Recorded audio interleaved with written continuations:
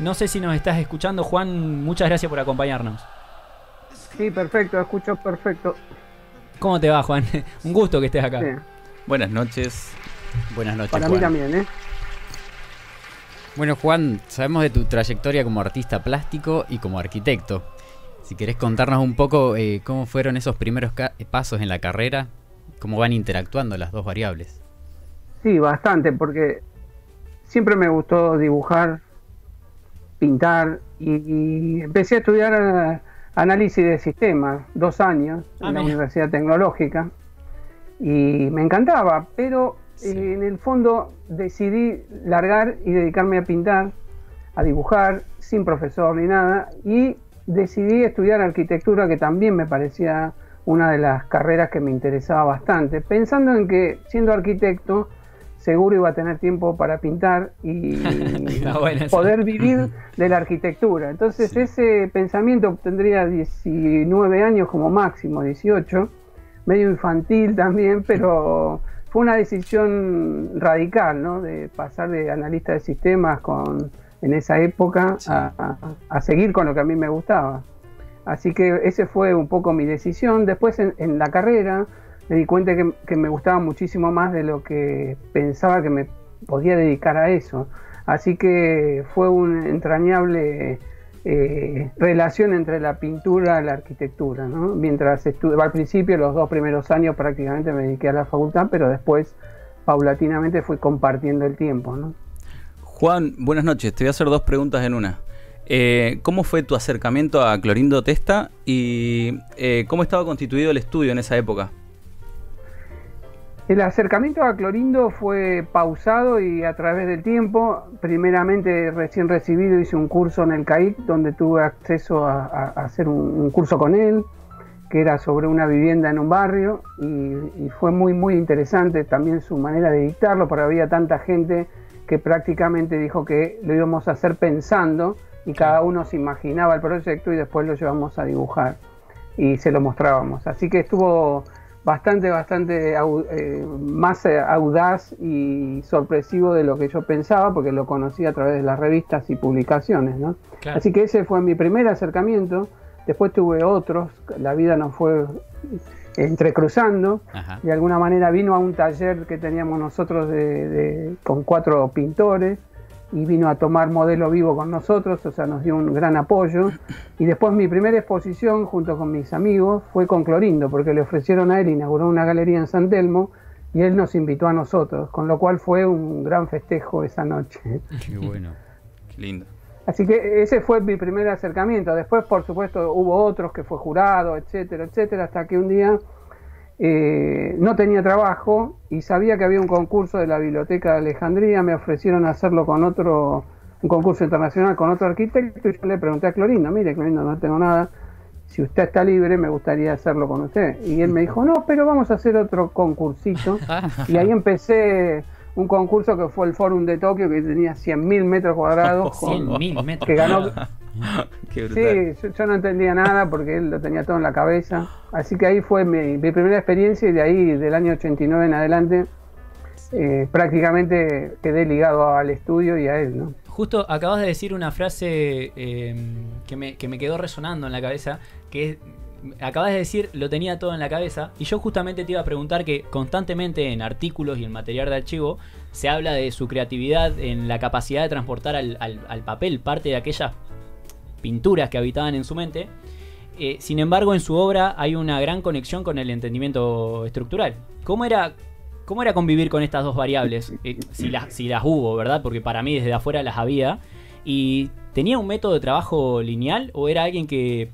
O sea, ¿era alguien que pensaba absolutamente todo antes de materializarlo o lo iba descubriendo en el camino? Él decía que lo pensaba todo primero, como en el curso pero la realidad es que había cientos de dibujos, con lo cual claro, el dibujo es una manera de pensar y luego seguís pensando hasta el día que hay que entregar el trabajo o construirlo. O sea que eso se da en todos. Lo que ocurre es que vos decís lo estructural con lo creativo, y me parece que lo que fundamenta la arquitectura justamente es una necesidad que existe, si no, no habría arquitectos. Claro. Por eso están los programas, y bueno, después luego empieza a haber esa relación con el sitio y sí, por supuesto con el contexto cultural, con lo cual de alguna manera, él, en ese sentido, muy moderno, porque surgía de los programas, los proyectos. El tema es después cómo uno interpreta los programas y cómo esa creatividad y esa manera de ver el contexto cultural da la respuesta, ¿no? Claro. Recién, Juan, nos comentabas que desde el año 89 trabajas con Clorindo. ¿Y qué fue lo que más te sorprendió de él, o cuáles fueron aquellas enseñanzas que te marcaron sobre su forma de ser o trabajar? Primero, la accesibilidad que tenía él, ¿no? O sea, uno podía acceder a él. A mí me resultó muy plácido acercarme, no tuve casi ningún obstáculo, era muy abierto, a pesar de que hablaba muy poco, que fue lo que más me sorprendió cuando empezamos el concurso, que prácticamente no hablaba, dibujaba, no había música. Yo estaba acostumbrado, viste, más a un equipo cercano al rock, escuchando música, trabajando todos, hablando y gritando. En definitiva, la concentración me parecía que era también muy importante dentro del estudio, y eso fue en principio lo que más me sorprendió. Pero de todas maneras, creo que eso de pensar el proyecto estaba en la cabeza, pero siempre se iba modificando, porque surgen nuevos inconvenientes a medida que vas resolviendo un enigma, como es un programa de arquitectura con su contexto, como hablábamos recién, y su materialidad, ¿no? Claro. Sí, recién, che, estuve, bueno, cuando me contactaba con vos por WhatsApp, también estuve viendo un par de videos y notas que trabajaban a Clorindo como actor principal. Había una entrevista que le hicieron a Rafael Iglesias, que dice que lo conoció en un workshop y se sorprendió de cómo destruía las ideas. Y hay una frase que cito de Rafael Iglesias, que él decía, había que destruir la idea para que nazca el proyecto. Te debe haber pasado seguido eso en el estudio, ¿verdad? En definitiva, siempre se iba modificando. O sea, algo que ya parecía terminado se modificaba, ya sea por algo que uno reflexionaba o Clorindo, o a su vez algo que pedía el cliente. En definitiva, esa flexibilidad de pensamiento, que en ese momento, cuando yo entré al estudio, los proyectos tenían otra tendencia. Esa flexibilidad de amalgamarse, agregarse piezas o sacarse partes, era por sustracción o por adición. Él decía, como lo tomaba como algo divertido. O sea, lo que es un problema para otro era una oportunidad para expresarse, ¿no? Claro. En ese sentido, es una gran enseñanza, ¿no? Juan, ¿considerás que configuraron un estilo o una impronta? Y si es así, ¿bajo qué lineamientos o qué premisas seguían a la hora de diseñar? En principio, Clorindo sí marcó una tendencia que fue actualizándose a través del tiempo, ¿no? Su manera de proyectar fue siempre la misma, digamos, de alguna manera, requerimientos del programa, el sitio, el contexto, y fue evolucionando a través del tiempo. No fue una normativa que quedó durante 50 años siempre igual, sino que se fue modificando incluso su pintura. Se fue transformando con el contexto. El contexto, me parece que siempre, digamos, creo que él no hizo una vanguardia como podría ser Le Corbusier o Mies van der Rohe, sino que tomó mucho de ellos, hizo su propia expresión dentro de nuestro país, Argentina, Latinoamérica, y su contexto, ¿no? Por eso sus obras, creo, desde el Banco de Londres, la Biblioteca Nacional, que hacen un contrapunto justamente. Sí. Diferencias de contexto, uno en la Barranca y otro en el microcentro, y su última obra se fue modificando acorde a las necesidades, los recursos económicos y el contexto cultural. Que le preguntaban a él qué leía y él dijo, no, mucho no leo, no estoy informado, cosa que no era cierta. Quizás estaba bastante informado y actualizado. Justamente por eso su obra siguió latente y modificándose, no quedó estancada en un movimiento, ¿no? No, y aparte tiene que ver con mucho esto de lo que hablas, que parece tan simple como complicado, esto de decir, bueno, sé qué tomar de lo que me llama la atención de afuera y sé cómo adaptarlo. Eso es dificilísimo. Porque nosotros constantemente queremos traer como arquitecto tendencias de afuera, queremos renovarnos, pero ¿hasta dónde, no? ¿Hasta dónde lo que estás poniendo no tiene que ver con el contexto actual? Yo te quería preguntar algo que tiene dos tiempos esta pregunta. En primer lugar, si se puede preguntar, y si tenés idea, cuáles eran los encargos preferidos que le gustaba tomar a Testa, y, o sea, si había algunas tipologías que le llamaban más la atención que otras. Y después te quería preguntar algo actual, que es a qué se dedica actualmente el estudio. Esa contraparte quiero saber. Ok. En realidad lo entusiasmaba lo más mínimo, como no teníamos mucho trabajo y sí tuvimos que desarrollar una banqueta para el control del acceso, móvil para el estudio y trabajamos bastante tiempo en ese equipamiento que era muy simple, una tabla para apoyar las cosas que llegaban y una banqueta, y eso era plegable en un edificio de 100 años, ¿no?, de antigüedad. Sí. Y eso fue un trabajo, un encargo, y también le encantaban los problemas, como los hospitales, ¿no? Un ejemplo de cantidad de hospitales resueltos que desde el punto de vista funcional, de higiene y de seguridad requieren, y sin embargo, con toda la problemática que tienen, resultaba ser un proyecto divertido desde el punto de vista de la ejecución de los proyectos, como así también después desde el punto de vista estético o espacial, ¿no? Justamente, el hospital naval vos lo ves de afuera y no podés creer que es un hospital. Parece salido de una película. Sí, está muy bien integrado en ese contexto del parque, y esas ventanas como para los dormitorios, sí, como que tiene, y además estaban todos los proyectos hospitales, aunque no se hayan construido, consideramos que estaban muy bien resueltos, ¿no? Y para esa época, por supuesto, y manteniendo esa expresividad que tiene que tener la arquitectura, ¿no? Sí, claro. Y discúlpame, te pregunté también, igual yo las preguntas que hago las hago re largas. ¿A qué se dedica actualmente el estudio? Hacen de a dos las preguntas. Sí. No te vamos a dejar respirar, ¿eh?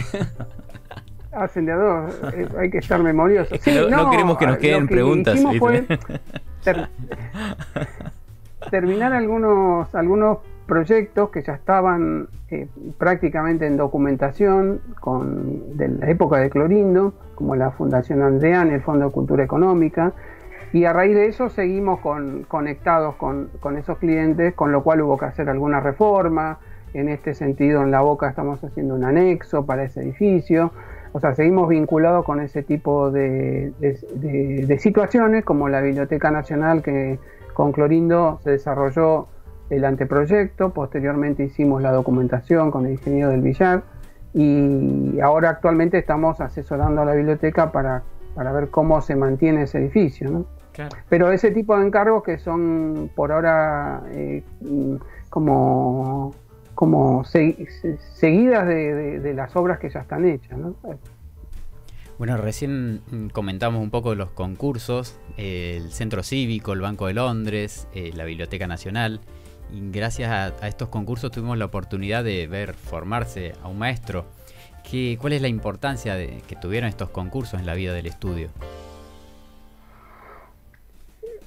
En principio, creo que los primeros proyectos, como la década del 50, ¿no? Sí.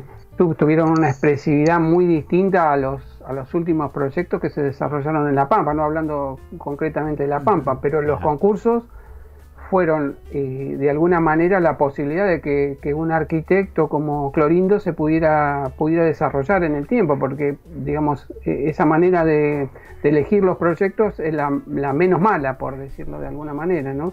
Considero la mejor por ahora, que es concursar y que un jurado pueda elegir los proyectos, con lo cual claro, se desarrollaron diferentes, ¿no? Como dijiste, el Banco de Londres, la Biblioteca claro, Nacional y por supuesto el Centro Cívico. Y posteriormente en el Centro Cívico, justamente ahí podemos ver las distintas etapas de su producción junto con los equipos de socios, ¿no? Que fue teniendo alternativamente, cómo fue evolucionando o modificándose su arquitectura, ¿no? Claro, sí. Y en cuanto al equipo, ¿se conforma algún equipo específico para este tipo de propuestas del equipo humano? Sí, o sea, no tengo los nombres de todos sus asociados, pero en la primera etapa fue un equipo que se fue modificando, y en los últimos, el último proyecto que él hizo en La Pampa, que es la biblioteca, lo realizó con la gente con Miguel García. De La Pampa, ¿no? Claro, con Miguel García, sí. Y todo. Y siempre hay un equipo que trabaja como en estudio, que ustedes medio lo vislumbraron, es que siempre hubo un equipo de gente trabajando. Por supuesto que fue diferente en la época de Sánchez Elía, Peralta Ramos, Agostini, donde ese estudio poderoso, Clorindo era asociado a ese estudio poderoso. Después Clorindo con Francisco Bullrich y Casaniga, su mujer, hicieron ese grupo para hacer ese estudio, para hacer la biblioteca. Y posteriormente, cuando yo entré al estudio, siempre había asociados y por supuesto un equipo de gente colaborando, que algo característico que tenía el estudio es que siempre estaba la puerta abierta. Y la gente joven siempre tenía acceso, estudiantes, profesionales, y siempre con ese criterio bastante profesional, y por otro lado por amor a la profesión, porque eran concursos que había que ver qué pasaba después, ¿no? Que de los 100 concursos, 150, no sé, se ganaban muy pocos, un 10%, y se construía otro 10%, o sea que lo ganaban, ¿no? O sea que fue cambiando. Y acá en las imágenes que ustedes están mostrando, se ve cómo con el correr del tiempo fue cambiando esa expresividad original del primer centro cívico, que tenía influencia de Le Corbusier, pero que a su vez estaba bastante actualizado a nuestro contexto. Incluso la vegetación que él había propuesto tenía que ver con lo regional. El hormigón armado fue muy bien en ese momento y siguió siéndolo en la Argentina, porque fue uno de los precursores del hormigón armado, con lo cual nos vino muy bien ese criterio del primer edificio influenciado por Le Corbusier, que después se fue modificando, ya te digo, y se fue actualizando, y también fue modificándose de acuerdo a las necesidades y obviamente al contexto cultural, ¿no? Sí, claro. Bueno, justamente hablando de la obra del Centro Cívico, quería preguntarte, viste que esto es un conjunto que tuvo una particularidad, que es la etapabilidad en su construcción, que fue por etapas, claramente. Vemos como un catálogo proyectual, no sé, no quiero exagerar, pero ¿podemos decir que está la obra plasmada casi de toda la carrera de Clorindo? Te diría que casi sí, porque en definitiva uno que no se construyó, que fue el Centro Cultural, que en pleno posmodernismo, de repente, yo me acuerdo que ese concurso, siendo estudiante, trabajé con Borghini y un equipo de arquitectos que él había configurado, y me acuerdo que la idea era como hacer algo que siguiera con el lineamiento original del edificio que estaba construido. Y cuando vi después, posteriormente publicado, el premio de Clorindo, que era bastante suelto, con prismas que se giraban, y yo lo veía como un posmodernismo muy profundo, digamos, no era un cambio que ocurría en la arquitectura, y él lo incorporó en la libertad programática que tenía las bases del concurso, ¿no? Claro. Sí. Y le fue dando una configuración, creo, como bien decías, a través del tiempo, toda su obra se ve reflejada ahí, ¿no? Claro. Sí, y por supuesto la biblioteca, la última biblioteca, disculpame, parece con esas ventanas libres, también tiene algo que ver con la economía de recursos, la materialidad de la obra, la libertad expresiva de los colores, y a su vez también como mucho más libre pareciera ser la arquitectura, ¿no? En ese momento, menos influenciada por el modelo Le Corbusier, ¿no? Claro. Ajá. Sí, te estaba por decir que es muy buena esa forma de plantear lo que tenés, Hugo, de trabajarlo como un catálogo proyectual. Yo no lo había pensado. Y bueno, y también formás parte de la comisión de la Fundación Clorindo Testa. ¿Cómo se crea la fundación? Llevó su tiempo, y la familia justamente configuró la fundación, y nosotros junto con Oski Lorente somos asesores de la fundación, porque está muy ligada su obra artística con la obra de arquitectura. Sí. Y además tiene muchas similitudes de alguna manera, porque la mayoría de los trabajos realizados son proyectos no construidos, anteproyectos, documentaciones, con lo cual también es un legado que necesita su difusión, porque al no estar construido son como libros para investigar, o de alguna manera también tienen su propio valor intelectual, ¿no? Que conviven y se relacionan con la producción artística, a veces por contraste y otras veces por parentesco, ¿no? de tendencia. Claro. Estamos viendo también en la web de la Fundación una iniciativa llamada Estudio Abierto. ¿De qué se trata el Estudio Abierto? A mí me encanta ese nombre porque el estudio, siempre, incluso cuando sin conocerlo a él me fui a probar el estudio, recuerdo que entré al estudio y subí con él, yo con los planos de la facultad. Y él me dijo, ¿a dónde vas? Y yo le digo, voy al estudio. Entonces entré con él, entré por la puerta grande y él no me dio nada, me tomaron la prueba, me dijeron que sí, pero después no entré porque tenía que estar todo el día. ¿Cómo era la pero prueba? Quiero decir, te corto justito. Sí, Sí, te da intriga, ¿viste? sí, te causa intriga saber cómo era la prueba. La prueba no era llevar la documentación que es de dibujante dentro de la facultad, los proyectos, y me atendió un arquitecto y bueno, me dijo que sí, podía entrar a dibujar. Y después no pude porque era todo el día, ¿no? La prueba no fue muy estricta, pero yo llevé un montón de todo lo que tenía hecho en ese segundo o tercer año, todos los un portfolio. Guardaba todo, siempre guardé todo, ¿no? Claro, un portfolio. Claro, era un portfolio. Sí, pero un portfolio que eran rollos, o sea, yo Sí. entré como un mamarracho con rollos por todos lados. Bueno, está muy bueno. Bueno, en definitiva, ahí la puerta estaba abierta y estuvo abierta durante todo el tiempo que yo estuve en el estudio y vos podías entrar por la puerta y él te saludaba cuando llegabas. De alguna manera, creo que se está parodiando con eso, que el estudio está abierto, quiere decir que cualquiera va a poder acceder a la información y difundirla. Eso me parece que tiene el criterio, ¿no? Bien. Y yo lo tomo así, pero porque tengo el recuerdo de esa fácil accesibilidad a él. O sea, los alumnos entraban y se sentaban y hablaban con él al mismo tiempo que a veces otros arquitectos, Pritzker o quien fuera, que estaba con él, ¿no? Sí. ¿Y cuál sería la importancia del trabajo que viene desarrollándose desde la Fundación? Para nosotros es muy importante, ya te digo, por la conservación del material, la difusión y bueno, con el tiempo se va a difundir mucho más todo, va a estar todo más accesible, ¿no? Se está haciendo un trabajo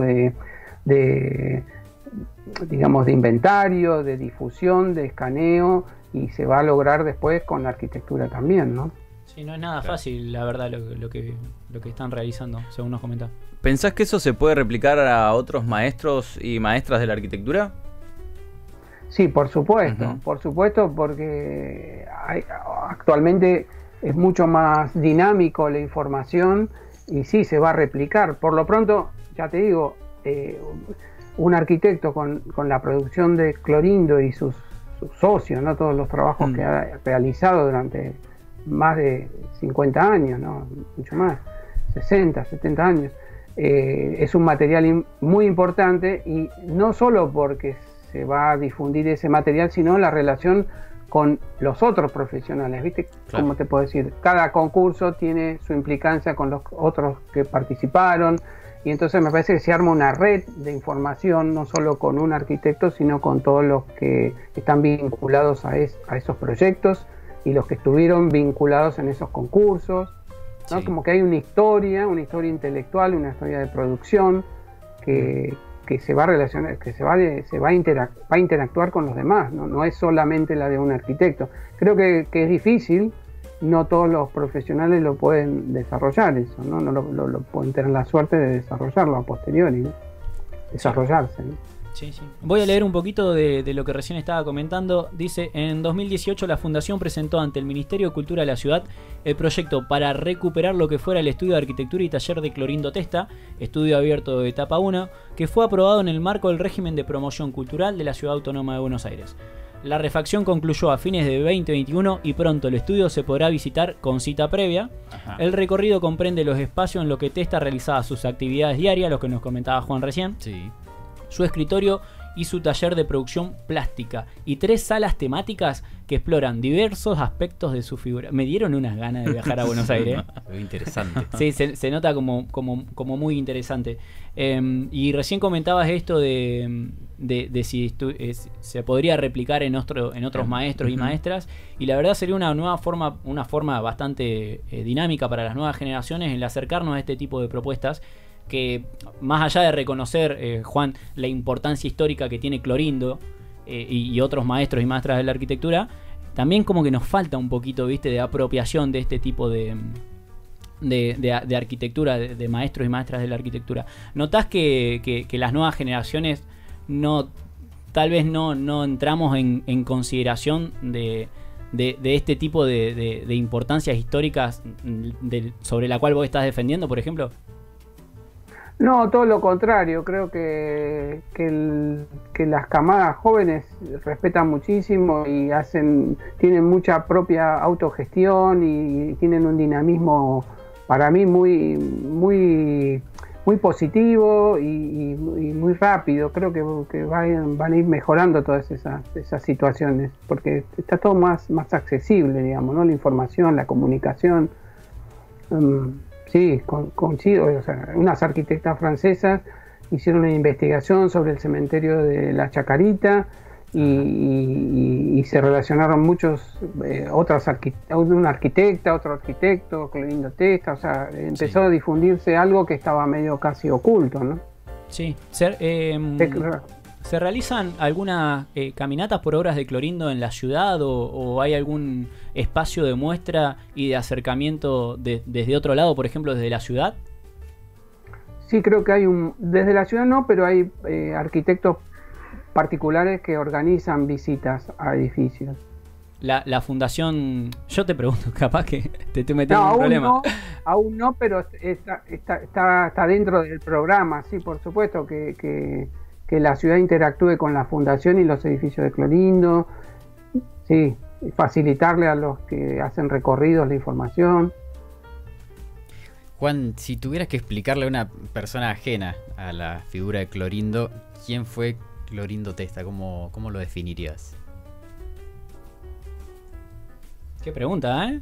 Pregunta. Puede decir paso. Por eso lo tenemos ahí en un rinconcito a Luca, Juan. Tensión. Siempre larga esa, ¿viste? Sí. Me parece que fue un gran artista y un gran arquitecto que, ¿cómo te puedo decir? Para mí fue un ejemplo por su dedicación al oficio, ¿no? Su responsabilidad como arquitecto y su honestidad con la profesión, dado que dedicó su vida a eso, ¿no?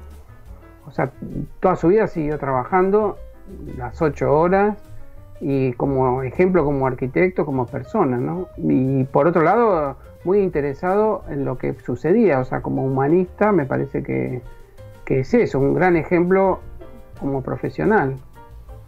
Bien. Porque también, digamos, se dedicó a hacer una labor intelectual que en teoría realmente se materializó muy poca de toda su producción, ¿no?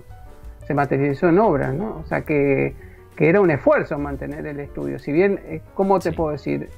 Creo que el placer de desarrollar la profesión, en eso me siento muy identificado, ¿no? Poder hacer lo que a uno le gusta, y eso se veía reflejado en su trabajo, ¿no? Él decía, le gustaba trabajar, porque le gustaba la profesión y era como es un artista, o sea, un artista tiene la necesidad de seguir trabajando, ¿no? En su obra. Sí, también le me pareció muy honesto en eso, ¿no? Ajá, bien. Eso para mí no lo puedo explicar con muy pocas palabras ni hacerme canchero, pero me parece que sí, siempre recuerdo eso, ¿no? La facilidad y la accesibilidad que tenía él, el trato. Él no dio clases prácticamente y con el ejemplo transmitía muchísimo de su obra.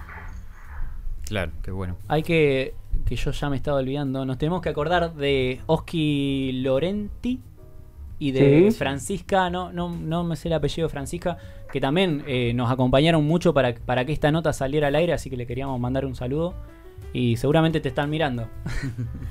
Sí, por supuesto, y estamos todos en equipo, ¿no? Desde Teresa Testa, Joaquina, Julio Suaya y todo el equipo, María, Francisca y Paula.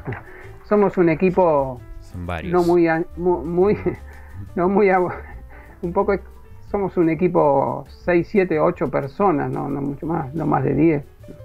Claro, bien, sí, pero bien. se nota que vienen laburando con mucha pasión, diría yo. Porque recién, en realidad nosotros estábamos, mientras vos nos contabas un poquito todo, estábamos mirando la web y se nota que hay mucho trabajo detrás, mucho trabajo, mucho. Y esto que nos comentabas recién de de generar un archivo para que las ideas en general, que todo lo que no fue construido, no pierdan vigencia, también nos acerca más a la persona. Porque, Claro. como dijiste vos, hay muy poco que se construyó y hay mucho trabajo detrás. Así que... Qué bueno que hayan podido rescatar o que estén rescatando todo eso, esa documentación.